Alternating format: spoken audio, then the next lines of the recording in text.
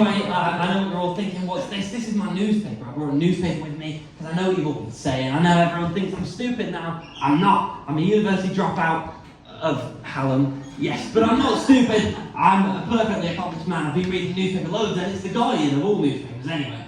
So, the smartest one, some people would say. Anyway, I thought I'd bring some cool news stories to you because a lot of people have got a bit news shy recently. So I'm just going to kind of read the news to you. Thought that'd be fun. First bit, has everyone heard the story about the orcas, the killer whales? Yeah. Some of you have, not many of you. It's an incredible story. This is the coolest thing that I've ever seen. Basically, orcas have started attacking boats. Like, not like small boats. Like, they're not trying to tackle the immigration crisis or something. They've not quite been like recruited by Suella Brown and just ran into war like Braveheart. They're going for the boats belonging to the mega rich, like oligarch level rich. It's insane. It's really cool, and I personally love it. I've been reading up on it, and a lot of zoologists have started to theorise that maybe these killer whales, these orcas, have started to develop their own liberal ideals. Now, I don't maybe think that's what's happening. I'd love it if that's what's happening. Like, I've just been floating around in the sea, just kind of reading up on all their socialist literature for the past 200 years, ready to go forth with their new manifesto of just sinking ships. But I absolutely love it, and they're only attacking the mega rich. I think it's brilliant.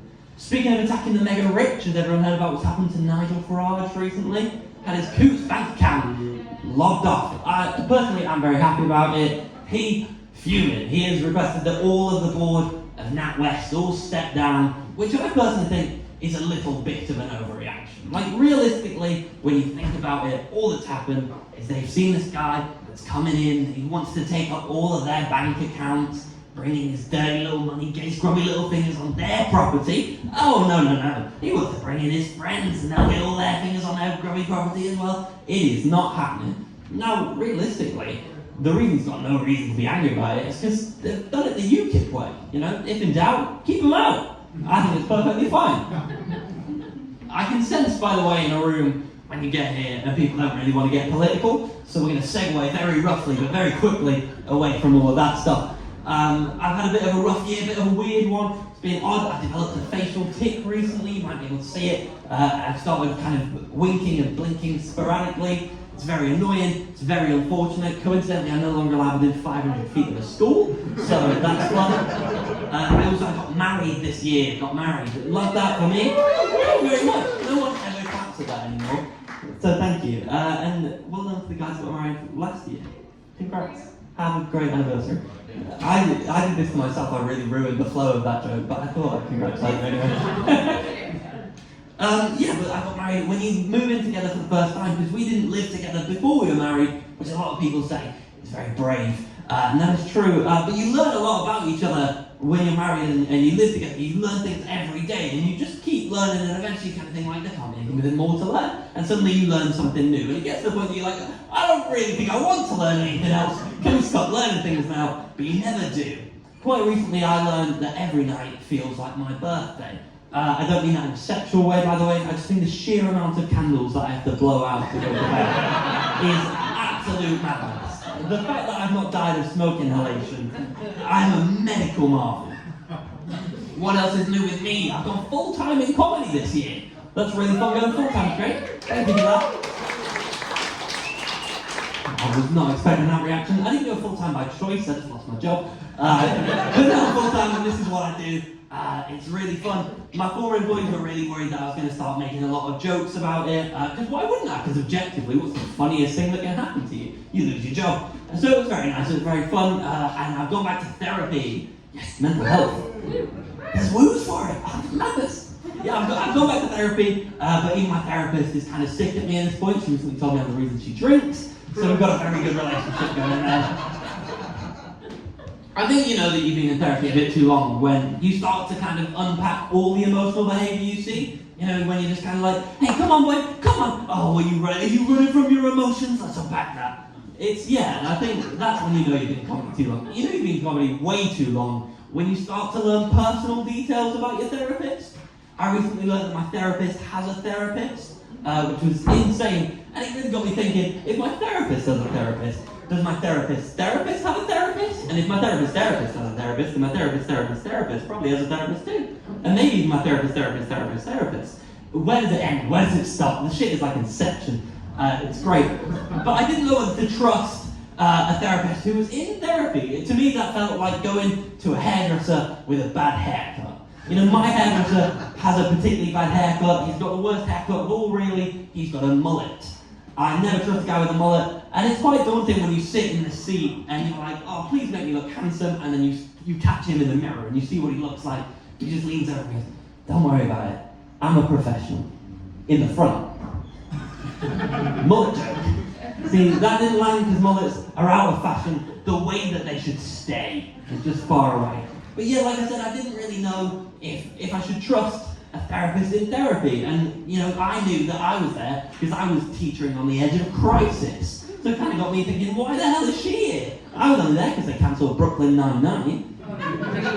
I had a full-on breakdown because they cancelled Brooklyn Nine-Nine. I mean, there was other, like, personal things going on in the background, but primarily I wanted to focus on, bring back Brooklyn Nine-Nine, please! She didn't really want to talk about that. She thought I had a lot of kind of issues with, you know, like, using humour as a defense mechanism, which is really just kind of like my job now. But she didn't like it. She didn't like that every time she said a word ending in I would say like, oh, I don't even know her. I'll give you an example. I would say like, oh, you know, this was quite annoying because I get a sense when she said that to you, you felt quite a lot of anger, and I'd say, anger? I don't even know her. Yeah. And it wasn't, she didn't find it funny either. I found it hilarious. But I can sense in the room as well, much like the newspaper, a lot of people don't really like talking about mental health. I think primarily men really struggle to talk about mental health and be vulnerable about that. And it's a weird thing. Men are always like it. They've been like it for ages. And, you know, they're very happy to show you pictures of their literal shit. But they will not talk about emotions. I've sat around many a table where people have been like, yeah, well, this one was a bit sludgy. I had a very, very hot curry the night before. And this one really solid. I've decided to experiment with a bit more fibre. This one, I don't even know what was happening there, but the structure was insane. So, sorry, what was that? Am I okay? That's not really appropriate dinner table talk, is it? Men are particularly bad with emotions, and I think it's because of masculine ideals. I think we've all kind of run into a lot of these masculine ideals. You know, you've got to be stoic, you've got to be brave, you've got to be unmovable. You know, it's like the unwritten rules of life. It's just do not cry, do not show any emotions, and most importantly, do not ask for directions. They are the rules of being a man. And trying to make it through life on these masculine ideals is very much like trying to build IKEA furniture without instructions, which coincidentally is also one of the masculine ideals. But you know, I think we just got to get out there and we got to talk about it a lot more. And you know, it's the kind of thing that we got to do. I'll also be honest, I'm padding for time here because I've forgotten what the next bit is. So we're just going to kind of talk about mental health until I remember, or just remember the fact that I literally hid a notebook in this Guardian article. Because I knew that he was going to come to this. What was the last thing that we talked about? Massive ideals. Yeah, I've tried to be more manly recently. I joined the gym because that's where all the tough people are. I thought if I go to the gym, that is the most manly place, and I will leave there like He-Man. The manliest of men. A lot of people think that. A lot of people look at He-Man and they think, well, it's a solid masculine thing. That's not camp at all. There's nothing camp about He-Man. I love He-Man. I want to be He-Man. So I started going to the gym. The gym is not a safe place for a person like me. In the gym, they have a name for a person like me. It's called gym bait. That's what they call me. It is not a safe place. You know, communal showers, dropping the soap is a huge risk. And you know, you've just got these personal trainers just walking around like they're trying to make you their bitch. It is a terrifying place to be. I personally hate personal trainers. I have a real beef with them. Personal trainers, they really wind me up. They come over to you, they're all peppy, they're all enthusiastic, like they don't have a problem in the world. And they do have a problem because they're shaped like upside down Doritos. It's not natural, it's not normal. But they come over and they're like, oh, do you need any help? Do you need anything? And I think I need more than help in the gym. I need steroids because I cannot do anything in there. But they come over to you then, they give you all these big little plans. I don't know. They give you these big plans like this is what you got to do. You know, you're going to need 3 sets of 12 reps of inverted kettlebell swings. I don't even know what a kettlebell is. I don't know how to swing it in inverse. It is mad. This is a genuine thing that I got told. I got given a whole workout plan. And I read it wrong recently. I thought it said 15 sets of 15 reps, and I was doing it at 45 kilograms. I did that. I don't know if you know, that's about 225 reps of 45 kilograms. I didn't know that's not normal. I didn't know you should be able to do that. Pure ignorance got me through that. I could not lay on my side for days. We're taking a little stroller with this notepad. Oh yeah, that's where we were. So, like I said, I lost my job recently. I found that has been a particularly emasculating experience, and it shouldn't be, but that's because of the masculine ideals that I've been brought up with. You know, I kind of think I used to come from having a title, I had a great job, I had all these roles and responsibilities, and I was the breadwinner of the house. Suddenly, I am my wife's little bitch. It was a sudden change, it almost happened overnight. It was very, very weird. And I went from breadwinner to stay-at-home bread maker in a heartbeat. I quite like it though, I could get used to it. And do you know what, I'm not even mad about it. I knew that my wife was going to be more successful than me when I married her. This is the most driven woman that I've ever met. She is incredible, she's an absolute inspiration. My wife has an incredible work ethic. She's so driven, she knows where she wants to be and what she wants to do, and nothing is going to stop her, she is going to do it. But I think the only reason I'm fine with it is because I've seen Barbie now and I'm a changed man. I am 10 up. I'm glad you like that because a lot of the set was riding on a lot of you haven't seen Barbie. But yeah, looking for a job, it can be a really weird experience. Jobs are not easy to go for, and a lot of the time you're just not perfect for them, and you've got to do a lot of reinventing yourself. I went for a job interview recently, you know, got a new hairdo, got some new shoes, full new outfit, new accent. Went in with a new accent, just like, "Alright mates, I be Captain Ben, I be the perfect off ambassador you'd be looking for." I was meant to go as office manager, if you couldn't tell, but I can't do that accent very well. Turns out, that is not what they mean by like reinvent yourself. Like, don't become a 17th century pirate, you know, just become like the best social media marketer you could be. But that's not what I did, and that's not the direction I wanted to go in, surprisingly.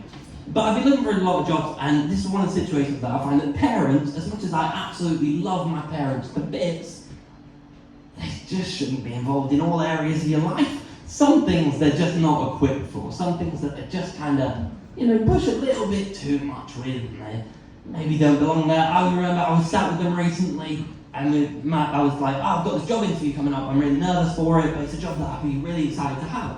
And my mum was like, "Oh, do you want to do a mock interview?" And I thought, well, I could do a mock interview. She reads the job description, starts asking me all these questions. I'm answering these questions like a pro, I might add, like I wrote the rules on applying for jobs.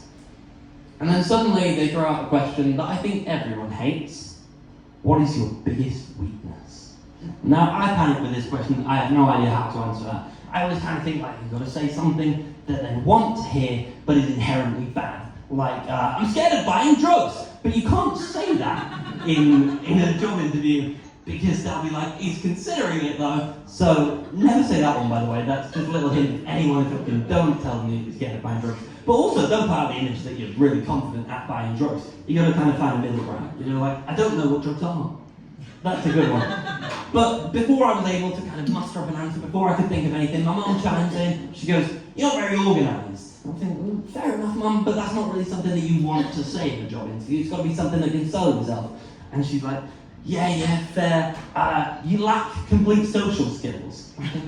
This is becoming quite harsh. Before I'm able to chime in, my dad jumps in with, "When you were 10, you threw up on all your friends at your birthday party." I thought, that's not really a career weakness, Dad. He's like, "Stomach weakness?" It is, yeah, well, I mean, it was more, I get travel sick, that's not my fault. But they just kept going, they kept chiming in with new little reasons that I wasn't equipped for this job. Lo and behold, I was not equipped for this job.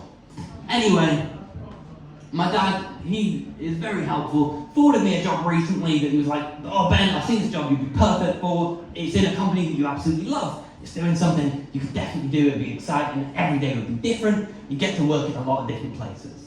I clicked on this job, technical engineer, NASA. I don't know what he drew here. Yeah, it's a lot of different places every day, but mainly it's like Earth, the moon. Not the kind of different places that I'm looking for, but I don't know if you can tell, I'm not qualified to work for NASA. I don't dress like I could work for NASA. I'm, again, a Hallam dropout, not what they're looking for at NASA, but they just kind of looked at him like, "Oh, he works for computers, he's got glasses, probably build a rocket, I'm sure that'll be fine." But my dad quite recently, he got real with me. My dad was like, look, we gotta talk about this job situation. You looking for something? Let's think. What are you into? What do you like? You got into your counselling recently again. You start going there. Like, has that helped you? Has that been good for you? Do you think that's something that you enjoy? You're great with people. Maybe you could be a counsellor. So I looked him dead in the eyes. I said, Dad, counsellor? I hardly even know her.